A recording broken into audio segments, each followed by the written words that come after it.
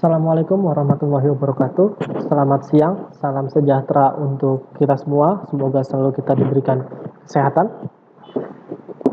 Dalam pembelajaran fisika di kelas 10, ada satu materi yang namanya adalah vektor. Sekarang, buat apa kita belajar vektor? Itu adalah pertanyaan yang sederhana terkait dengan pembelajaran di awal bab. Vektor, gunanya buat apa sih? Secara tidak kita sadari bahwa vektor ini manfaatnya sangat keterkaitan erat dengan teknologi, yang mana dalam penggunaan GPS di dalamnya ada vektor. Lalu ketika sebuah pilot ingin menerbangkan pesawat tanpa adanya vektor atau navigasi, apa yang terjadi? Mungkin bisa terjadi sebuah tabrakan di udara. Nah, sekarang kita akan bahas lebih dalam. Vektor itu apa? Vektor adalah suatu besaran berdasarkan nilai dan arahnya. Jadi ada nilai, ada arahnya. Ada nggak yang punya nilainya doang? Ada. Kita bahas. Vektor. Vektor yaitu suatu besaran yang punya nilai dan punya arah. Sedangkan skalar yaitu suatu besaran yang hanya punya nilai saja. Jadi tidak ada arah di sini. Maksudnya seperti apa? Oke, kita bahas. Gaya dikatakan besaran vektor. Artinya apa? Artinya nilai gaya itu bisa arahnya ke kanan, arahnya ke kiri, arahnya ke atas, atau arahnya ke bawah. Lalu posisi. Posisi itu seperti apa? Posisi itu identik dengan perpindahan. Yang mana ketika kita bergerak ke barat, lalu kita bergerak lagi ke timur, maka kita menghitung ujung awal dan ujung akhir saja. Maka itu dikatakan sebagai vektor. Atau kecepatan. Kecepatan di sini berbeda dengan kelajuan. Yang mana kalau yang namanya kecepatan, itu harus ada arah di belakangnya atau di depannya. Sebagai contoh misalkan, sebuah pesawat bergerak ke arah timur dengan kecepatan 20 meter per second. Nah, itu dikatakan sebagai vektor. Tapi kalau misalkan sebuah pernyataan tertulis bahwa mobil tersebut bergerak dengan kecepatan 20 km per jam. Artinya disitulah nilai kelajuan, bukan nilai kecepatan. Karena untuk kecepatan sendiri, karena dia termasuk vektor, maka dia harus punya nilai dan harus punya arah. Sedangkan skalar harus punya nilai saja. Massa, ada nggak massa yang misalkan sebuah mobil massanya 20 kg ke barat? Kan tidak ada seperti itu. Maka massa itu termasuk sebagai besaran skalar yang hanya punya nilai saja. Tapi sekarang kita lebih fokus ke bagian vektor. Lambang dan notasi vektor. Vektor gaya. Vektor gaya dilambangkan sebagai seperti ini. Nah, untuk notasi atau lambang vektor biasanya ada tanda panah di atasnya. Di atas hurufnya ada tanda panah yang menyatakan bahwa itu merupakan sebuah vektor. Lalu untuk besar suatu vektor diberi tanda mutlak. Artinya apa? Artinya nilainya semuanya dianggap nilai positif. Kalau misalkan dia tertulis nilai negatif, artinya nilai negatif itu adalah nilai arahnya. Sebagai contoh misalkan, sebuah perlambatan nilainya adalah minus 2 meter per second kuadrat. Nilai minus di sini menyatakan bahwa arahnya adalah melambat. Sedangkan 2 meter per second itu adalah besarannya. Lalu kita bicara tentang gambar vektor. Di gambar vektor ada yang namanya bagian pangkal, ada yang namanya bagian ujung. Untuk bagian pangkal ini menyatakan besar vektor. Jadi untuk bagian pangkal ini adalah menyatakan besar vektor. Sedangkan bagian ujung ini atau anak panahnya ini menyatakan arah vektor. Bisa ke kanan, bisa ke kiri, atas, bawah, barat, timur, selatan, utara. Itu adalah ujungnya atau arahnya. Nah, ini contohnya seperti ini. Ini contoh untuk penulisan vektor dan lambangnya. Atau kita bisa juga seperti ini ke atas. Atau misalkan seperti ini. Atau bisa juga kita bentuknya miring seperti ini. Nah, ini juga dimungkinkan untuk penulisan lambang dan arah vektornya. Sekarang kita akan belajar tentang penjumlahan dan perkalian vektor. Tapi kita akan fokus terlebih dahulu ke bagian penjumlahan vektor. Bagaimana sih cara menjumlahkan vektor?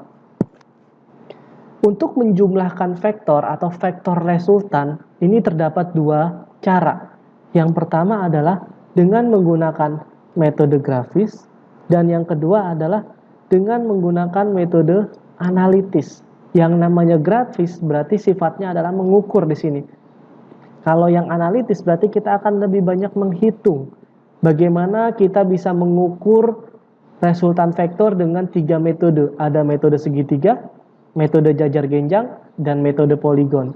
Sedangkan untuk menghitung menggunakan metode analitis, kita punya dua rumus. Ada yang namanya rumus kosinus, atau ada juga dengan cara kita menjabarkan komponen-komponen vektornya. Sekarang kita bahas satu-satu terlebih dahulu. Sebagai contoh misalkan di sini, untuk vektor A, panjangnya 2,5 cm searah sumbu X positif.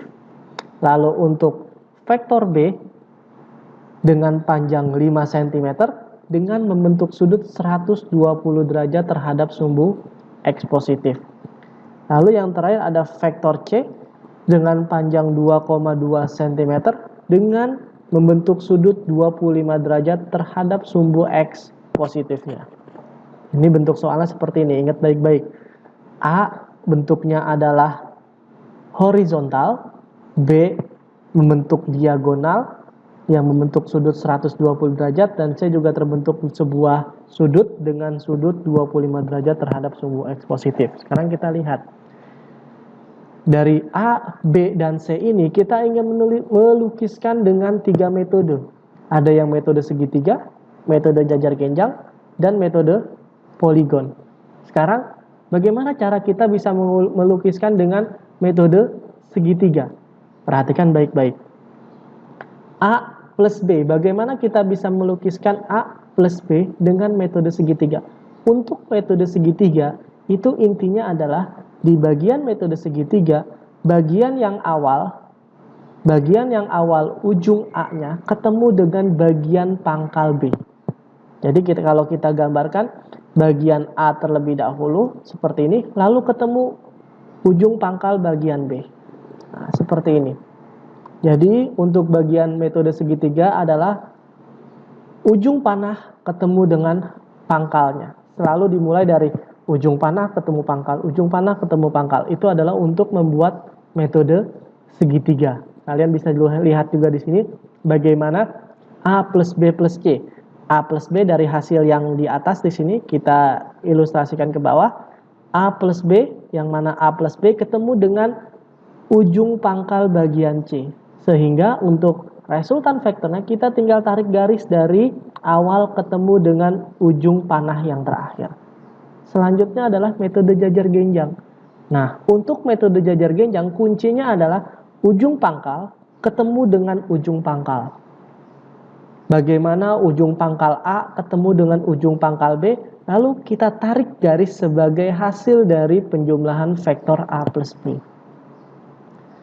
Ingat, untuk segitiga tadi, ujung panah ketemu dengan bagian pangkal, sedangkan metode jajar genjang, pangkal ketemu dengan pangkal. Sehingga di pangkal itulah kita tarik sebuah garis yang mana itu merupakan sebuah resultannya. Lalu metode poligon. Untuk metode poligon ini kita menggunakan lebih dari 2 vektor. Jadi ada vektor A, vektor B, dan vektor C. Karena kalau untuk 2 vektor saja, misalkan A dan B saja, maka itu kita bisa menggunakan metode segitiga atau metode jajar genjang. Tapi kalau dia sudah melibatkan 3 vektor, maka kita akan gunakan metode poligon. Sama halnya dengan metode segitiga yang mana dimulai dari ujung panah ketemu dengan pangkal. Sebagai contoh di sini A, di sini bagian A ketemu dengan pangkal yang B, lalu dari ujung panah B ketemu dengan pangkal C. Nah, lalu diakhiri dengan kita tarik mulai dari awal, jadi dari pangkal A ketemu dengan ujung panah yang C. Itulah resultannya. Ini adalah bagaimana kita bisa melukiskan penjumlahan vektor. Selanjutnya,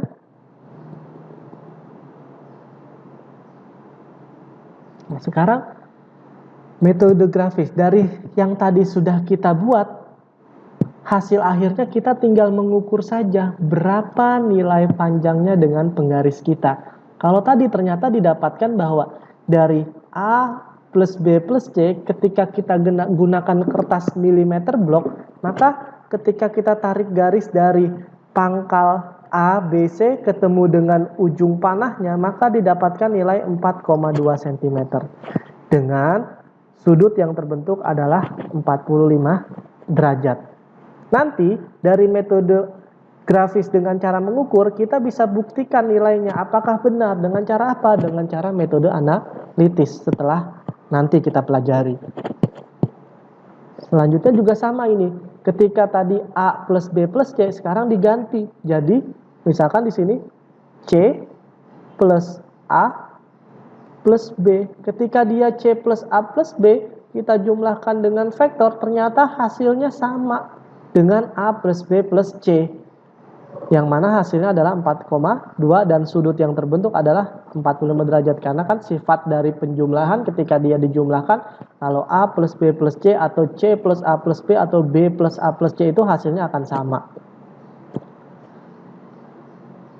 Nah, bagaimana jika misalkan min A plus B plus C? Tadi kita tahu bahwa di awal nilai A-nya itu adalah ke arah kanan.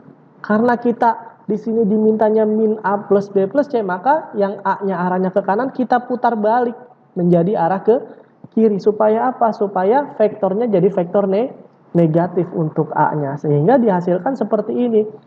Min A, kalau dilihat, maka hasilnya di sini min A ketemu dengan vektor B, ketemu dengan vektor C. Ingat baik-baik, kita menggunakan metode dari segitiga, yaitu pangkal ketemu dengan bagian panahnya. Jadi panah yang A, ujung panah yang A ketemu pangkal yang B, lalu ujung panah yang B ketemu pangkal yang C, lalu kita tarik garis, itulah resultannya. Sehingga didapatkan hasilnya adalah 3,6 cm. Berbeda dengan yang tadi. Kenapa? Karena di sini adalah minus A. Jadi vektornya bukan vektor plus A, tapi vektor minus A ditambah vektor B ditambah dengan vektor C. Dengan hasil 3,6 cm membentuk sudut 124 derajat terhadap sumbu X positif. Jadi sudutnya ada di sini.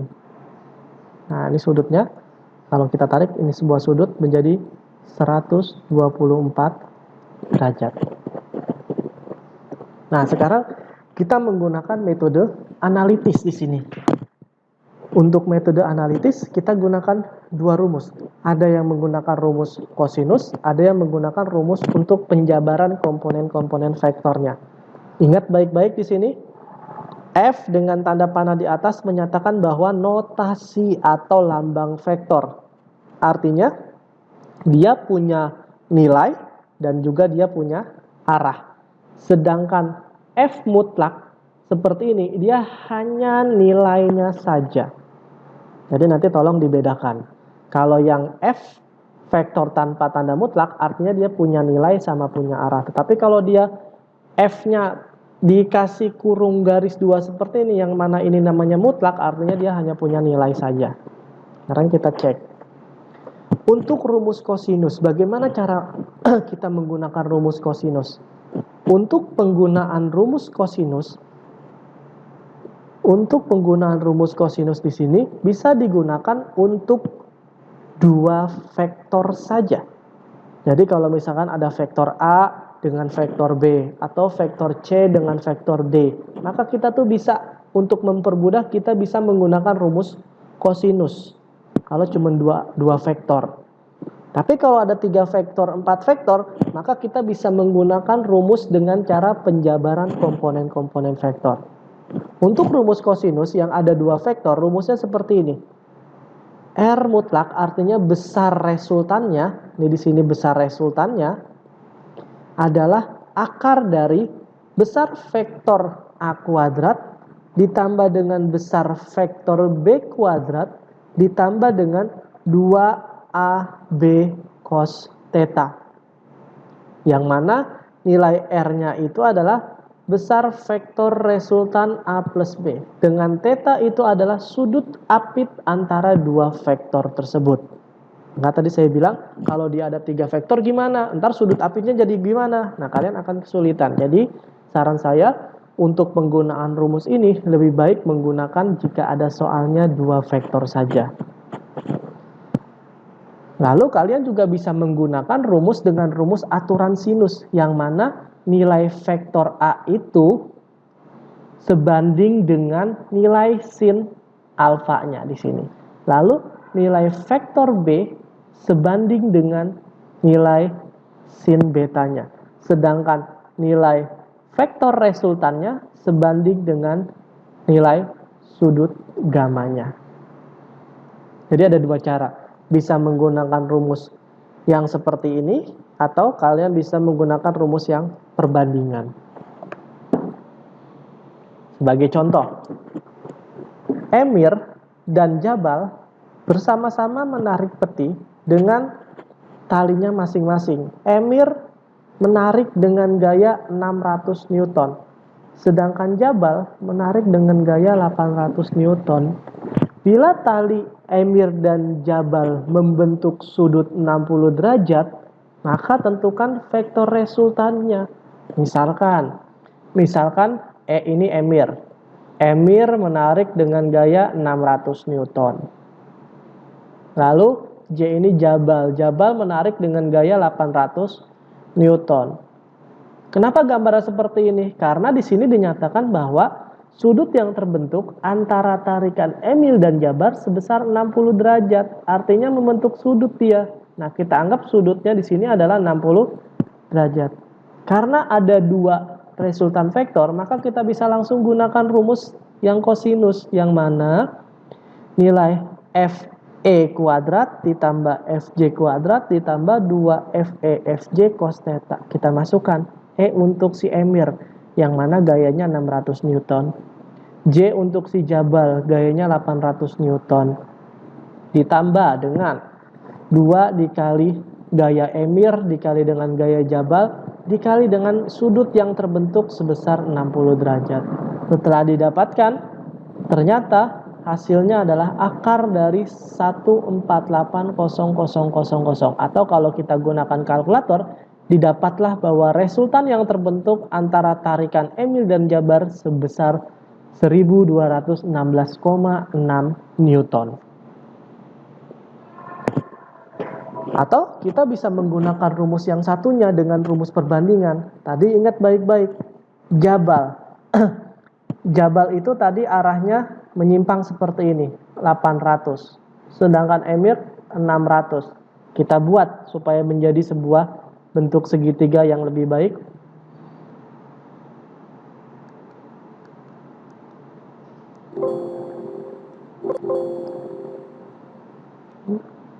Maaf.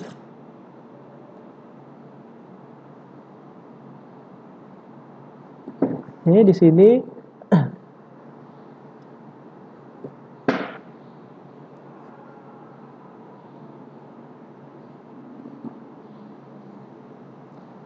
di sini Emir 600, Jabal 800. Jadi bagian yang Jabal yang 800 ini saya pindahkan supaya terbentuk sebuah metode segitiga yang awalnya sudutnya 60 derajat, maka sudut dalamnya menjadi 120 derajat.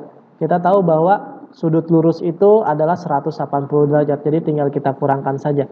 Sehingga nanti ketika kita mencari resultannya, maka R per sin 120 seperti ini sama dengan kita tadi bahwa nilai Jabal di sini F Jabal atau FJ per sin tetanya. Jadi kalau yang ini pasangan dengan yang ini, lalu yang theta pasangan dengan yang Jabal. Jadi kita masukkan nilainya, maka bisa didapatkan bahwa ternyata sudut yang terbentuk adalah F Jabal 800 dikali sin 120, yang mana nilai sin 120 itu adalah setengah akar 3 dikali dengan resultan yang tadi sudah kita hitung sebesar 1216,6, maka didapatkan bahwa ternyata sin tetanya adalah 0,569. 0,569 ini berapa derajat kalau mau kita buat derajat? Ternyata 0,569 itu adalah 34,6 8 derajat. Artinya apa? Artinya sudut yang terbentuk tetanya sebesar 34,68 derajat dengan vektor gaya CFE. Jadi di sini nanti dapat nilainya adalah 34,68. Lalu yang di sini berapa? Kalau misalkan kita mau mencari bagian yang di atasnya sudut yang lihat, tinggal kita kurangkan saja dengan 180 dikurang 120, lalu dikurangkan lagi dengan 34,68 supaya kita bisa mendapatkan sudut yang bagian himpitan atasnya. Nah, selanjutnya adalah komponen vektor. Bagaimana kita mencari dengan menggunakan metode analitis, tapi dengan proses adalah komponen vektor. Ingat kata kuncinya, setiap vektor selalu dapat diuraikan menjadi dua vektor yang saling tegak lurus. Sebagai contoh, ketika ada sebuah vektor A membentuk sebuah sudut alfa di dalamnya, maka akan ada dua vektor yang saling tegak lurus, yaitu vektor AX dan vektor AY. Nah, sekarang bagaimana cara mencari vektor AX dan vektor AY-nya? Sebagai contoh di sini. Di sini diberikan contoh bahwa nilai A-nya adalah 30 meter. Sekarang kita pengen menghitung nilai AX dan nilai AY dengan sudut yang terbentuk sebesar 60 derajat terhadap sumbu X positif. 60 derajat, ada AX, ada AY. Sesuai dengan aturan trigonometri yang mana nilai sin itu bisa kita dapat dengan rumus depan per miring, atau orang biasa menyebut sin demi. Dan nilai cos itu bisa kita cari dengan samping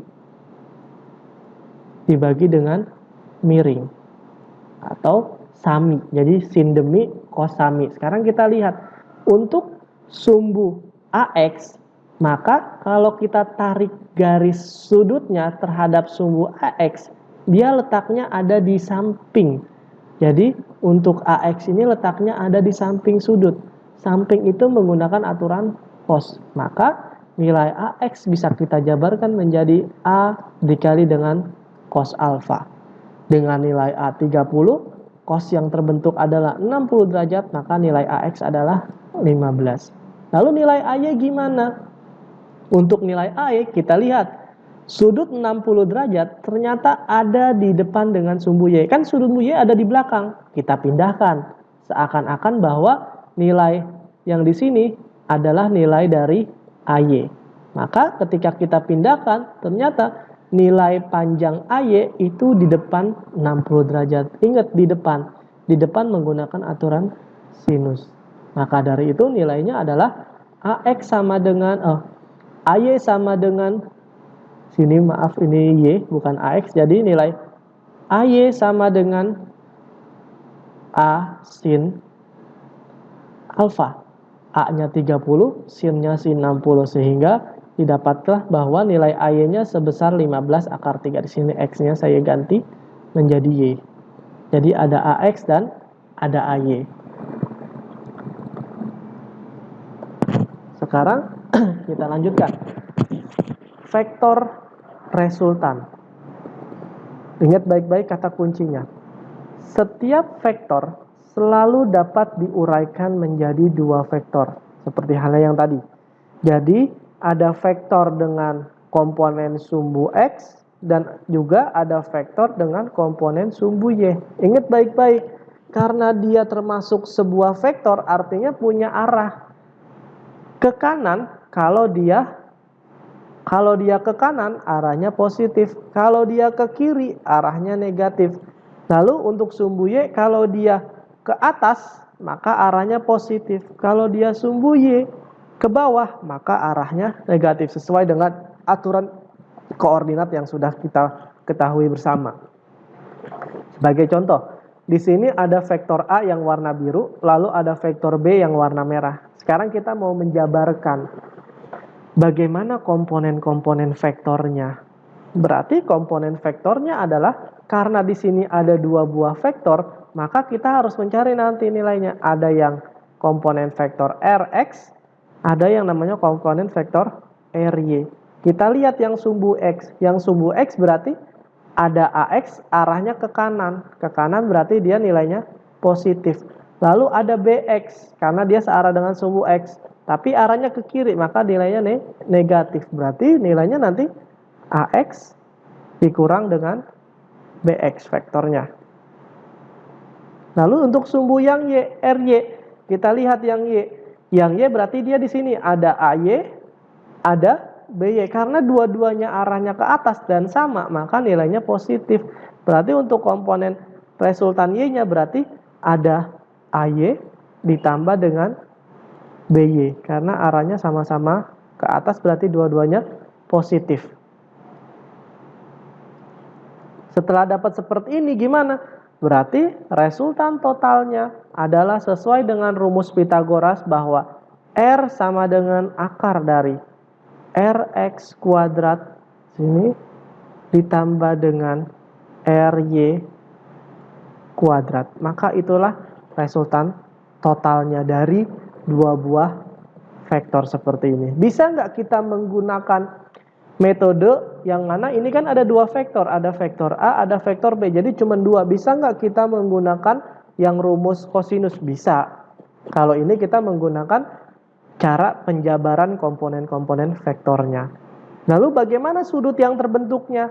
Kalau sudut yang terbentuknya kita bisa menghitung tangen theta sama dengan Ry per Rx untuk mencari sudut yang terbentuk di sini. Berapa sudut yang terbentuknya? Kita bisa cari menggunakan Ry dibagi dengan Rx.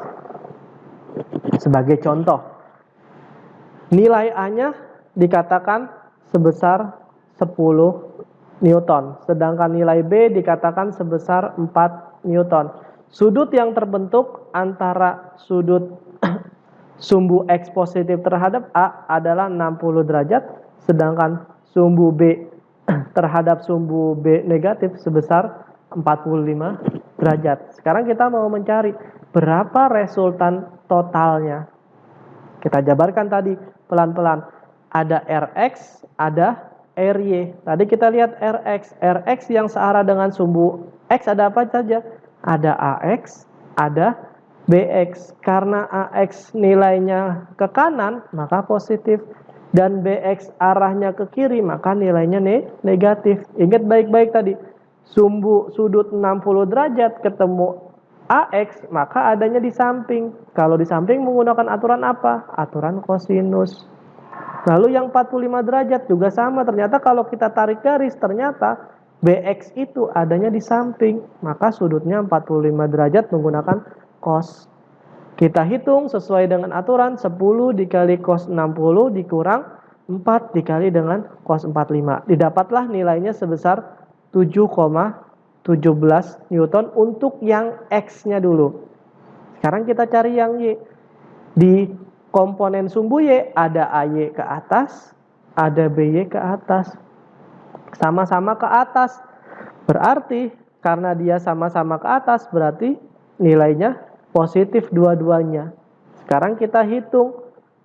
Berarti di sumbu yang A untuk komponen vektor Y, karena dia ada di depan sudut, maka menggunakan aturan sinus. Berarti 10 dikali dengan setengah akar 3.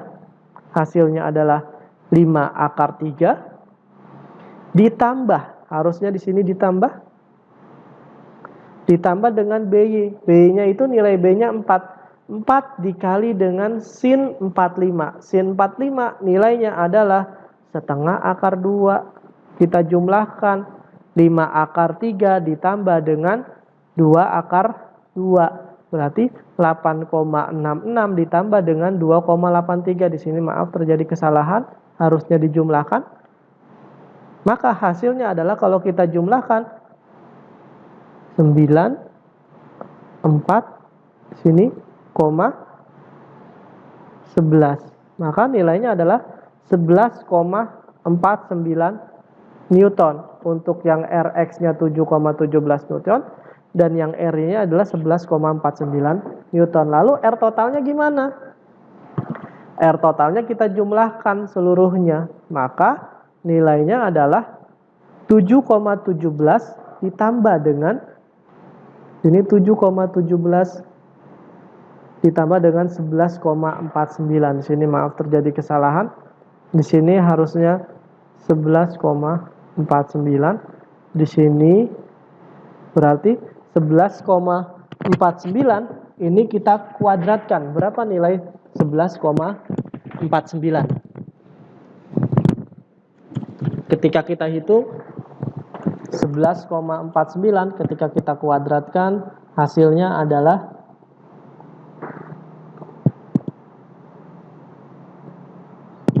132. Berarti nilainya adalah 132,0201. Angkanya terlampau cukup banyak di belakang komanya. Lalu untuk 7,17 ketika dikuadratkan nilainya adalah 51,41. Maka ketika kita jumlahkan, sini berarti hasilnya juga salah, ditambah dengan 51,41, maka didapatkan hasilnya adalah 183,4301. Ini yang mesti kita akarkan. Berapa hasilnya? Kalau kita akarkan 183,4301, kita akarkan hasilnya adalah sini bukan 9, tapi hasilnya adalah 13,54 Newton. Inilah resultan yang sebenarnya. Lalu arah resultannya gimana? Arah resultannya juga sama. Ini kita bisa hitung. Ini berarti kita ganti 5,83-nya menjadi 11,49 dibagi dengan 7,17, lalu sudut yang terbentuk berapa derajat? Di sini bukan 39 derajat. Kalian bisa menghitung menggunakan kalkulator untuk mencari sudut yang terbentuk. Jadi nanti di sini hasilnya jadi besar vektor resultannya sebesar 13,54 dengan arah yang perlu kita hitung menggunakan kalkulator. Mohon maaf, saya tidak ada kalkulator untuk menghitung tangennya seperti ini. Intinya adalah hal di sini, kalian nggak perlu menghafal semua persamaannya karena memang cukup banyak. Kalian cukup menguraikan setiap vektor menjadi komponen vektor X dan vektor Y. Tapi jangan sampai salah arahnya. Positif dia ke kanan dan ke atas.